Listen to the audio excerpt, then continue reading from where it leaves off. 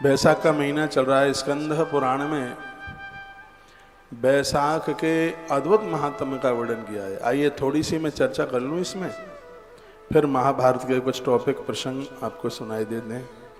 सूत जी कहते हैं, भूयो व्यंग भुवम राजा ब्रह्मण परमेष्ण पुण्यम माधव महात्म्यम नारदम पर प्रक्षता। सूत सौनक ऋषियों को कहते हैं, राजा अम्बरीश ने नारद जी को बैसाख के बारे में पूछा।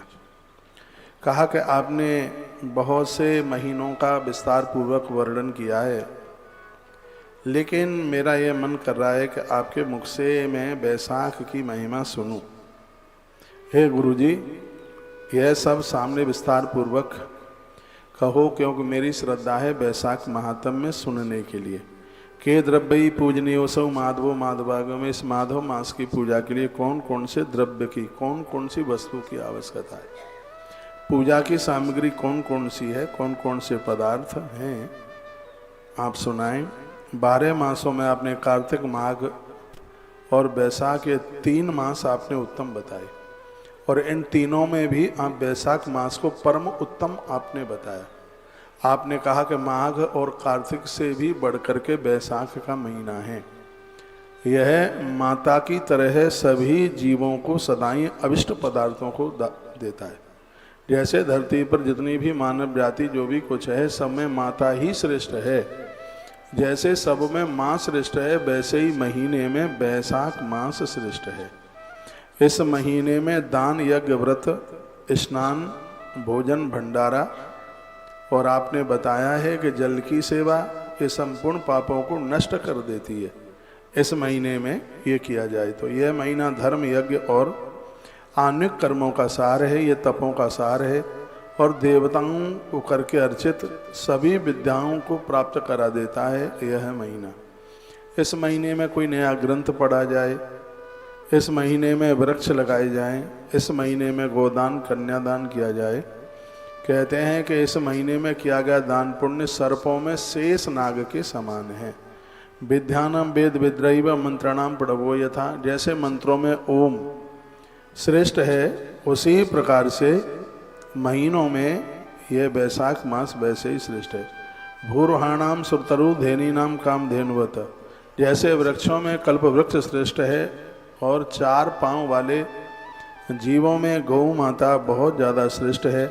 शेष व सर्वनागानाम पक्षिणाम गरुड़ध्वज यथा, जैसे नागों में शेष और पंक्षियों में गरुण श्रेष्ठ हैं, उसी प्रकार से महीनों में ये बैसाख का महीना अपने आप में बहुत ही ज़्यादा श्रेष्ठ है। जैसे नदियों में गंगा श्रेष्ठ है, तेजवानों में सूर्य श्रेष्ठ है, आयुधों में सुदर्शन चक्र श्रेष्ठ है, धातुओं में सोना श्रेष्ठ है, उसी प्रकार से महीनों में बैसाख मास अति श्रेष्ठ है। वैष्णवों में शिव जी के समान कोई दूसरा श्रेष्ठ नहीं है। रत्नों में कौस्तुभ मणि श्रेष्ठ है, और उसी प्रकार से धर्म के हेतु संपूर्ण महीनों में बैसाख मास उतना ही श्रेष्ठ है। स्कंद पुराण से ये कुछ बातें मैं आपको निवेदन कर रहा हूँ, और आप सुन लीजिएगा। वर्णन किया गया, वैष्णवानाम यथा रुद्रो रत्नानाम कौस्तुभो यथा मासानाम धर्म हेतूनाम बैसाखच उत्तमस तथा। ये बैसाख का महीना परम उत्तम है। भाग्यशाली हैं लोग जो इस महीने की महिमा को समझते हैं। संसार में इसके समान विष्णु का प्रीति पात्र कोई दूसरा महीना नहीं है। जो मनुष्य सूर्य उदय से पहले बैसाख मास में नित्य नियम से स्नान कर लेते हैं, उस मनुष्य पर लक्ष्मी सहित भगवान अत्यंत प्रसन्न हो जाते हैं। जैसे अन्न से प्राणी प्रसन्न हो जाता है, उसी प्रकार से नारायण भगवान बैसाख मास में जल्दी स्नान करने वाले लोगों से प्रसन्न हो जाते हैं। समझ में आ रहा है कि हम ऐसे ही बोलते हुए जा रहे हैं।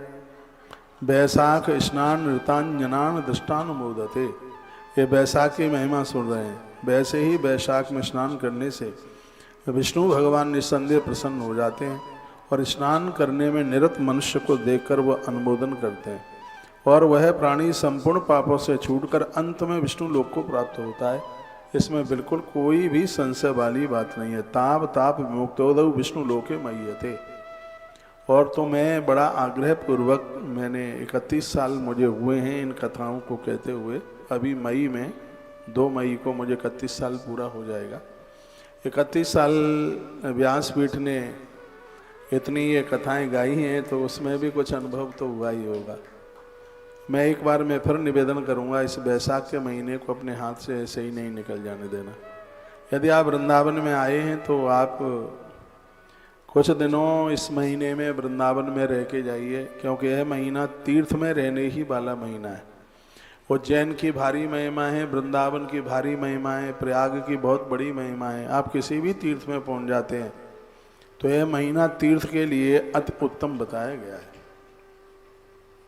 कहते हैं महापापी ब्रह्मक्तोसौ विष्णु सायुज्य मापन्यात स्नानार्थम मास वैशाखे पाद मेकम चरित दधी। ब्रह्मांड के अंतर्गत जितने तीर्थ हैं, हे राजन अम्बरीश, वे सब तीर्थ बाहर थोड़े ही वो सब जल में आ जाते हैं। जितने भी तीर्थ हैं वैशाख के महीने में ये सब जल में समाहित हो जाते हैं। यमराज की आज्ञा से लिखित पाप उस समय तक प्रकट रहते हैं जब तक व्यक्ति वैशाख मास में स्नान नहीं करता। हे राजन, तीर्थों की अधिष्ठात्रा संपूर्ण देवता वैशाख के महीने में जल के बाहर सूर्योदय से 6 घड़ी क्या कहते हैं? कहते हैं कि सूर्य निकल करके आता है, उससे 6 घड़ी और पहले से सिगरे जितने भी तीर्थ हैं देवता हैं वो सब पानी के अंदर रहते हैं। दिन में फिर वो अपना अपना काम करते हैं। वैशाख के महीने में सूर्य भगवान के निकलने से पहले संपूर्ण जितने देवता हैं वो जल में ही वास करते हैं।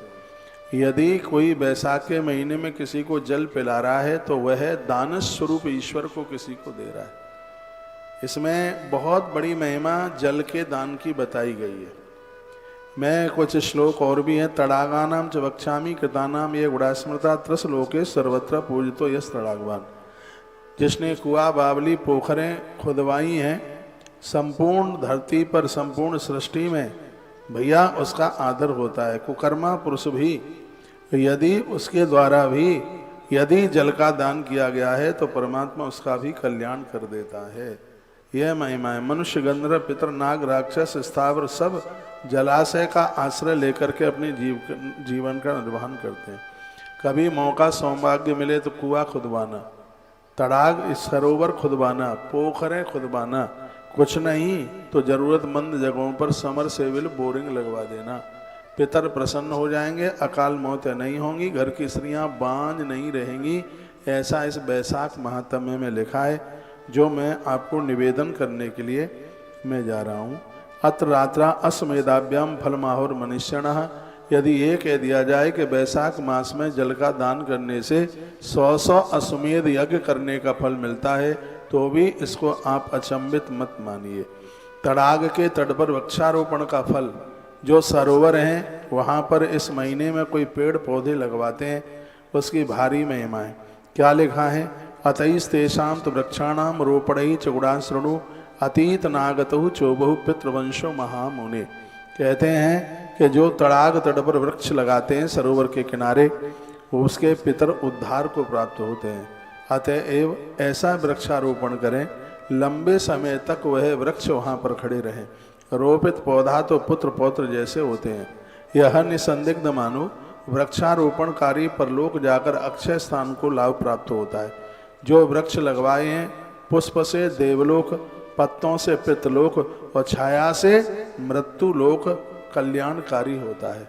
अब विचार कीजिए, जो पेड़ लगाया गया है ना, उसके फूल से व्यक्ति देवलोक पहुंचता है, उसके पत्तों से व्यक्ति पितृलोक को प्राप्त होता है, पितरों को प्रसन्न करता है। अब मैं एक बात आपको कह दूं, इसमें जो हम देवताओं को फूल चढ़ाते हैं इससे हमारे देवता प्रसन्न होते हैं और अंत में हमें देवलोक की प्राप्ति होती है।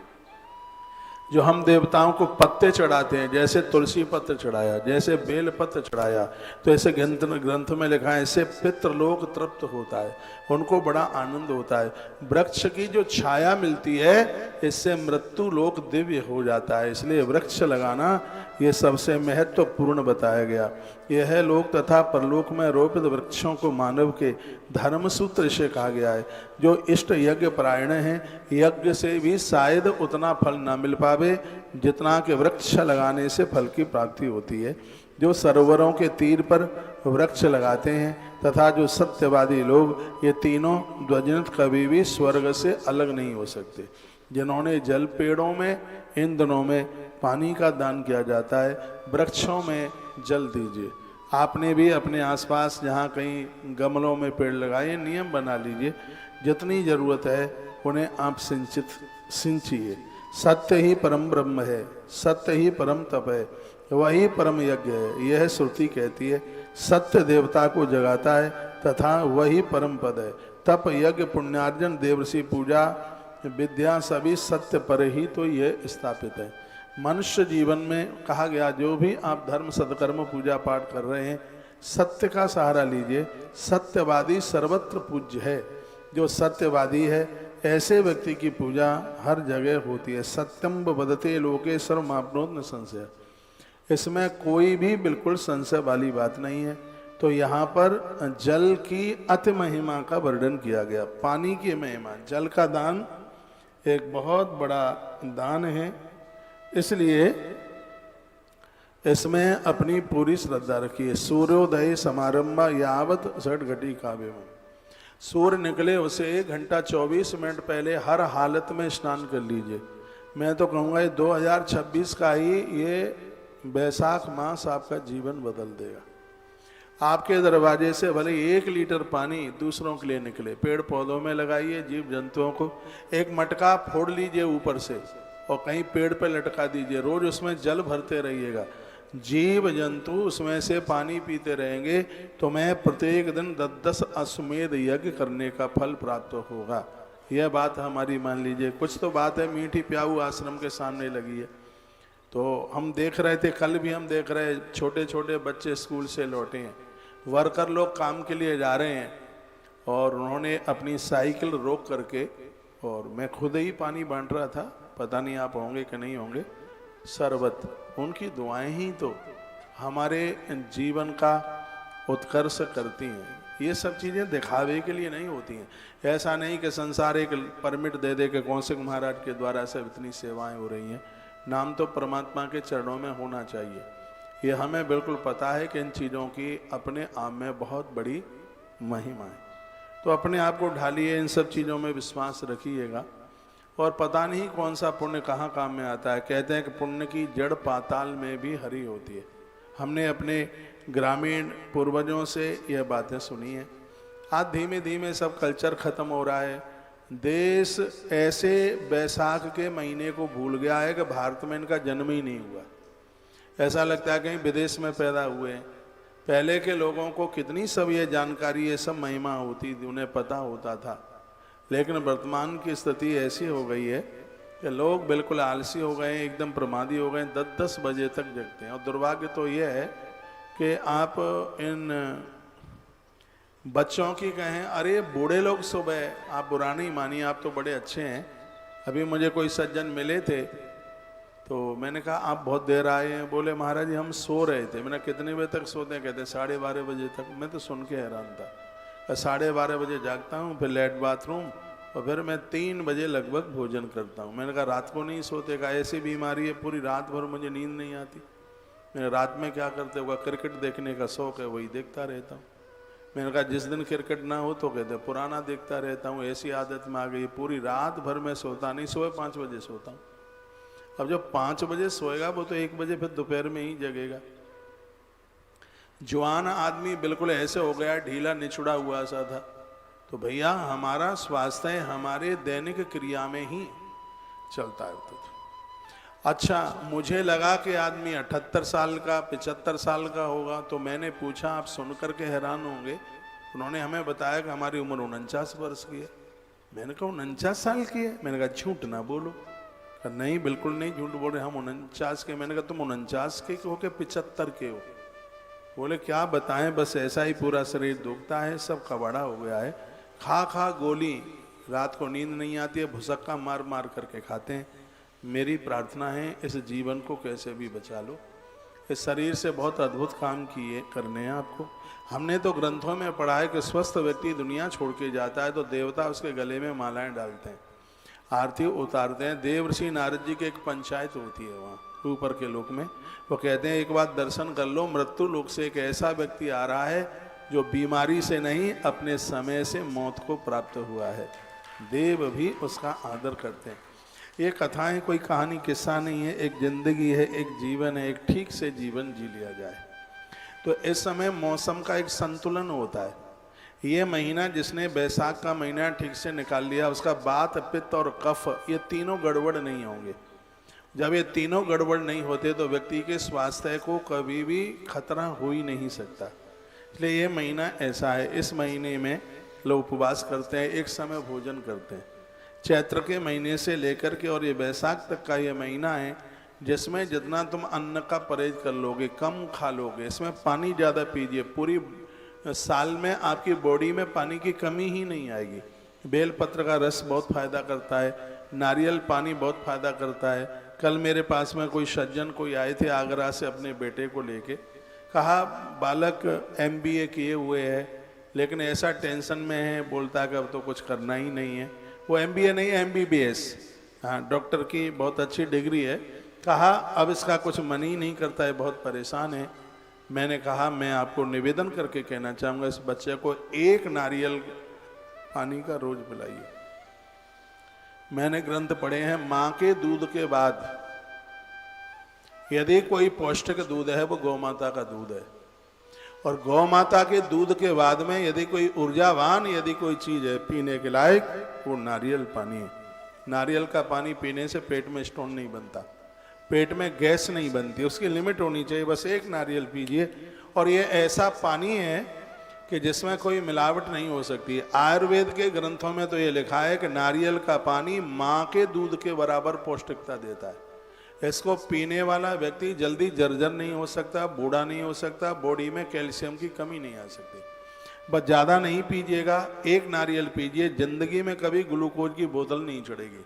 जिनको ग्लूकोज की बोतलें चढ़ती हैं उनके शरीर में थायराइड पैदा होता है, उनका शरीर मोटा हो जाता है, भरकम होता है, भारी होता है। और इस मौसम में तो नारियल बहुत फायदा करता है। 10 बजे से लेकर के 2 बजे 4 घंटे के बीच में नारियल का पानी पीते हैं तो किसी वरदान से कम नहीं है।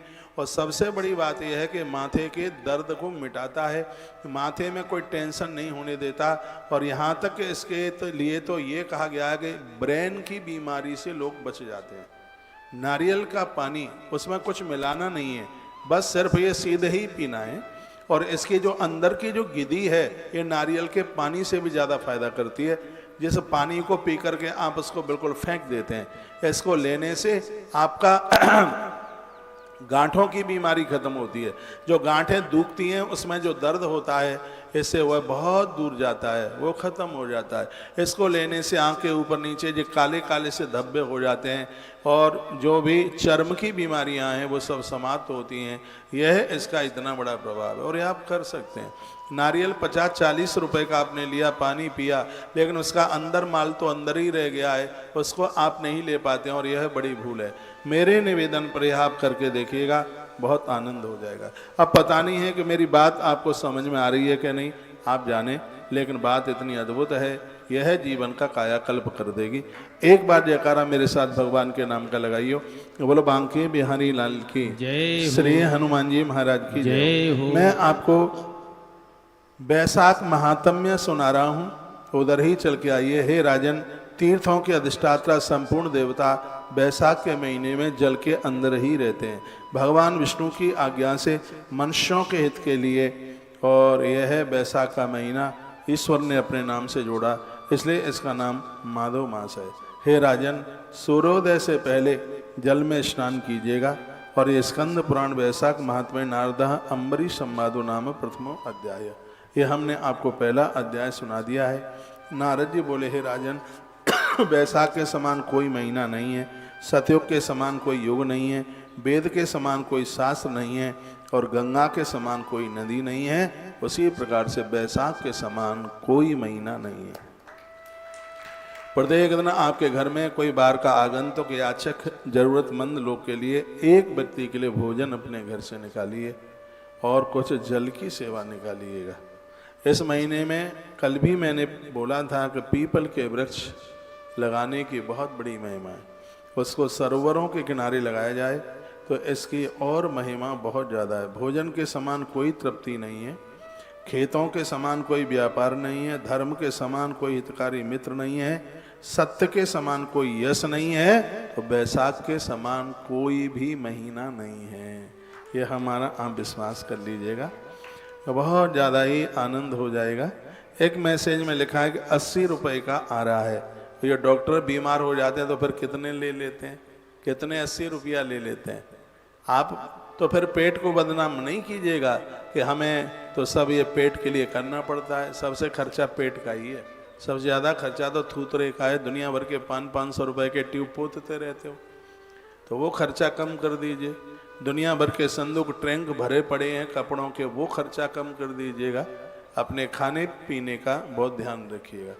कहते हैं कि गरीब से गरीब व्यक्ति भी दोपहर का भोजन राजे महाराजाओं जैसा उसका होना चाहिए, इसलिए उसको राजभोग कहते हैं। आपको पता है दोपहर के भोजन को राजभोग कहते हैं, सुबह के नाश्ते को बाल भोग कहते हैं। सुबह का आहार है वो बच्चों जैसा होना चाहिए। बच्चों को क्या पिलाया जाता है? दूध पिलाया जाता है सुबह में। तो यह आप लीजिए, इसका नाम साधुओं की भाषा में इसको कहते हैं बाल भोग। कुछ अंकुरित चीज़ें ले लीजिएगा, मूंग अंकुरित ले लो, चना अंकुरित ले लो। और यह महीना इतना अद्भुत है, सतुआ इसमें बहुत फायदा करता है। पेट में गैस नहीं बनेगी, लीवर किडनी ठीक ठाक बने रहेंगे। 2 महीने सतुआ के लिए, सत्तू जानते होंगे ना, बैसाख और ज्येष्ठ का महीना, इसमें भुनी हुई जौ, भुने हुए चना और भुना हुआ गेहूं, ये सब चीज़ें मिलाकर के सत्तू बना के तैयार किया जाता है। उसको गुड़ के साथ, अब कैसे मैं बताऊं, मैं बहुत अच्छा सतुआ बना लेता हूँ, भून भान करके बिल्कुल तैयार करके, और फिर इसको गुड़ में घोल करके आप लीजिए। नमक के साथ में भी आप ले सकते हैं, लेकिन एक शर्त है, इसमें चने को छिलके के सहित पीसना है। पहले उस चने को गीला करना है, फिर उसको भूनना है। गीला करा करके एक रात सुखा लीजिए, फिर इसको हल्का हल्का गीला रहे, फिर इसको भूनिएगा। और गेहूं को भी गीला करके भूनना है आपको। और जो हमारे यहाँ जिसे बेजर कहते हैं, उसको भी पहले गीला कीजिए, फिर उसको भूनिएगा, और फिर उसको पीस करके फिर आप उसे तैयार कीजिएगा। और फिर आप इसका सत्तू बना करके आप लें। ये 2 महीना कमाल कर रहे हैं, बीमारी भाग जाएंगी, तुम्हारा मोहल्ला छोड़ के, पूरा शहर छोड़ करके भाग जाएंगे, और आप बहुत आनंदोत्मग्न होंगे। आप कहते हैं पेट में जल, रणबीर सिंह जी आप बता रहे थे कि महाराज जी ये दिक्कत, फलानी दिक्कत है, जब से घर में आए तब से बड़ी दिक्कत हो रही है। घरों को बदनाम मत कीजिए, ये सब दिक्कत स्वयं की हैं। खाने पीने का ध्यान रखिए, सोने और जागने का ध्यान रखिए। मैं कहूँगा घर बुरा नहीं है, कोई भी घर बुरा नहीं है, बस उसमें आप किस स्थिति से आप अपने जीवन का निर्वहन कर रहे हैं, उसके ऊपर पूरा का पूरा ध्यान रखिए। उस घर में कोई दोष नहीं रहता जिस घर में तुलसी की पूजा होती है, भले ही मरघट में घर क्यों ना बना दिया जाए। जिस घर में शंख है उस घर में कोई दोष नहीं रहता। जिस घर में महादेव की पूजा है उस घर में कोई दोष नहीं होता। जिस घर से गौ माता को रोटी निकलती है, जिस घर में आरती में घंटी बजती है, उस घर में किसी भी प्रकार का कोई दोष रहता ही नहीं है। ये तो हमारे मत्स्य पुराण में लिखा हुआ है। तो जिन घरों में वृद्धों को समझा जाता है, पूजा जाता है, जिस घर में गंगा मैया को स्थान है, वहाँ कोई किसी भी प्रकार का दोष रहता ही नहीं है। यह हमारे शास्त्रों में वर्णन किया गया। एक बार जयकारा भगवान के नाम का लगाएं।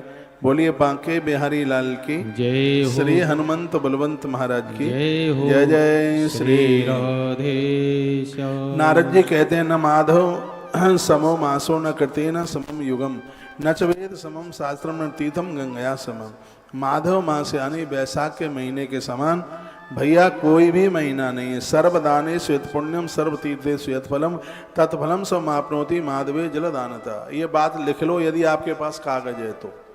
और मैं लिखने के लिए बोल रहा हूँ तो बहुत बड़ी बात है। इसमें लिखा है सर्वदाने स्वेत पुण्यम, धरती के जितने दान हैं संपूर्ण दान करने से जितना पुण्य प्राप्त होता है। सर्व तीर्थे स्वेत फलम, संपूर्ण तीर्थों में भ्रमण करने से, दर्शन करने से जितना फल प्राप्त होता है उतना ही फल बैसाख के महीने में जलदान करने से प्राप्त हो जाता है। यदि गलत बोल रहा हूँ तो मेरी बात कोई काट करके बताए। फिर लिखा है तत्फलम समाप्नोति माधवे जलदानतः। माधवे में यानी बैसाख मास में जल का दान करने से उतने फल की प्राप्ति हो जाती है। तो इसलिए जब से हमने ये पढ़ा है तब से ही वृंदावन में पानी की टंकी प्याऊ, जल प्याऊ, ये सब भी तो हमारा ये काम पड़ा हुआ है। वृंदावन में खारा पानी है। अब ये प्रोजेक्ट ज़्यादा तगड़ा है। तुलसी तपोवन गौशाला में इतना मीठा पानी है कि इसको चेक करने वाले, पानी को चेक करने वाले लोग हैरान हो गए। वो कहते हैं महाराज जी ये तो बिल्कुल आरओ के पानी की तरह है, इतना हल्का है, इसमें बिल्कुल भारीपन नहीं है। बस तभी से सोच रखा था, यह मेरा संकल्प 2019 का है, जब व्यवस्था बनेगी तब व्यवस्था जब भी बने तब तुलसी तपोवन गौशाला से पाइपलाइन पूरे वृंदावन में डाल करके घर घर में पानी दे देना है। इतना बड़ा वहां पर एक प्लांट बना करके तैयार करेंगे पूरे श्री वृंदावन में। अब यहाँ से थोड़ी दूर है गौशाला, पाइपलाइन में बड़ा खर्चा होगा, गवर्नमेंट से भी थोड़ी अनुमति मांगनी पड़ेगी क्योंकि लोगों के खेत में पाइपलाइन डल करके आवेगी, लेकिन यह व्यवस्था होगी जरूर। मेरी व्यासपीठ ने जो कहा वह किया है। जल के दान की बहुत बड़ी महिमा मैंने सत्या साईं जी को पढ़ा बहुत टाइम पहले, मेरा बचपना ही काल था। अच्छे लोगों को पढ़ने से तो अच्छे विचार चल करके आते हैं। उन्होंने अपने एरिया में सत्या साईं, उन्होंने अपने एरिया में जहाँ पानी की कहीं कोई व्यवस्था नहीं थी, कहते हैं कि उन्होंने कई सैकड़ों गांवों को जल की आपूर्ति कराई। लोग कहते हैं कि साधुओं ने क्या किया, लोग कहते हैं महात्माओं ने क्या किया। उन्होंने ऐसे ऐसे अस्पताल बनाए, ऐसे अद्भुत काम किए हैं। शंकराचार्य जी ने चेन्नई में इतना बड़ा आंखों का अस्पताल बनाया, कितने लोगों को जीवन मिला, रोशनी लौट करके आई। तो आप ये नहीं कह सकते कि महापुरुषों ने क्या किया। सच मानिए यदि संत ना होते तो ये दुनिया भी नहीं होती। ये जगत को संभालने में इन गुरुओं का, संत महापुरुषों का एक बहुत बड़ा योगदान है। यह अपने स्वयं का न विस्तार करते हुए वो धर्म कर्म में अपने जीवन को लगा देते हैं। उनके चरणों में तो सच में हमारी बड़ी श्रद्धा होनी चाहिए। मैं एक बार फिर निवेदन करूंगा, जो बैसाख के महीने में जो 2100 रुपए का जो आप सहयोग कर रहे हैं, इससे आप चूक नहीं जाइएगा।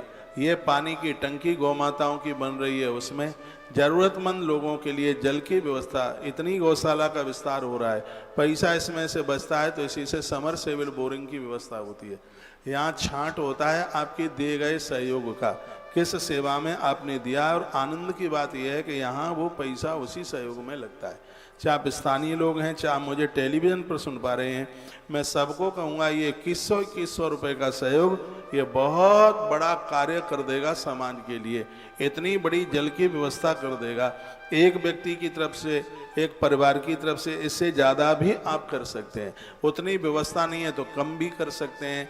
गिलहरी का भी योगदान भगवान के कार्य में है, इसलिए इससे आप बिल्कुल भी नहीं चूकिएगा।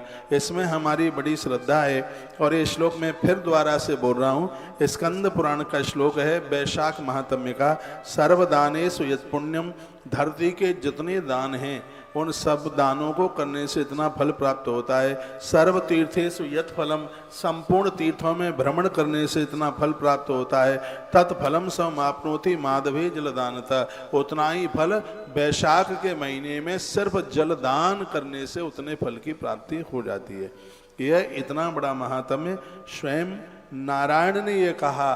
ब्रह्मा जी ने नारद को सुनाया और नारद जी ने अम्बरीश को सुनाया, और वही महात्म्य ये दास आपको सुना रहा है।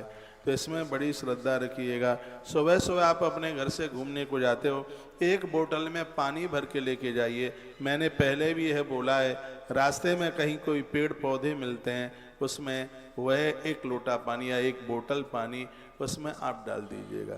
इस समय तो नहीं लगता है, लेकिन एक सूखे हुए वृक्ष को आप बचा लेते हैं तो वह कितनी ऑक्सीजन पैदा कर देता है धरती के लिए, वह पुण्य तो फिर आपके ही तो खाते में जाता है। मेरी बात आ रही है आपके समझ में?